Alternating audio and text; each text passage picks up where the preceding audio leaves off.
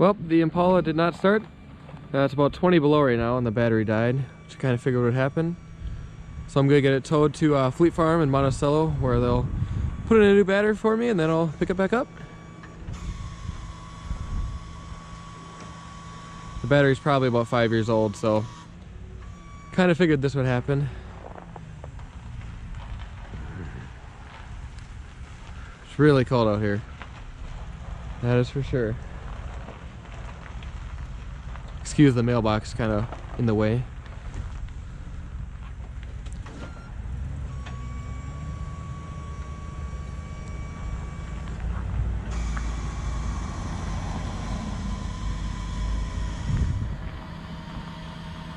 Getting towed by Veteran Towing.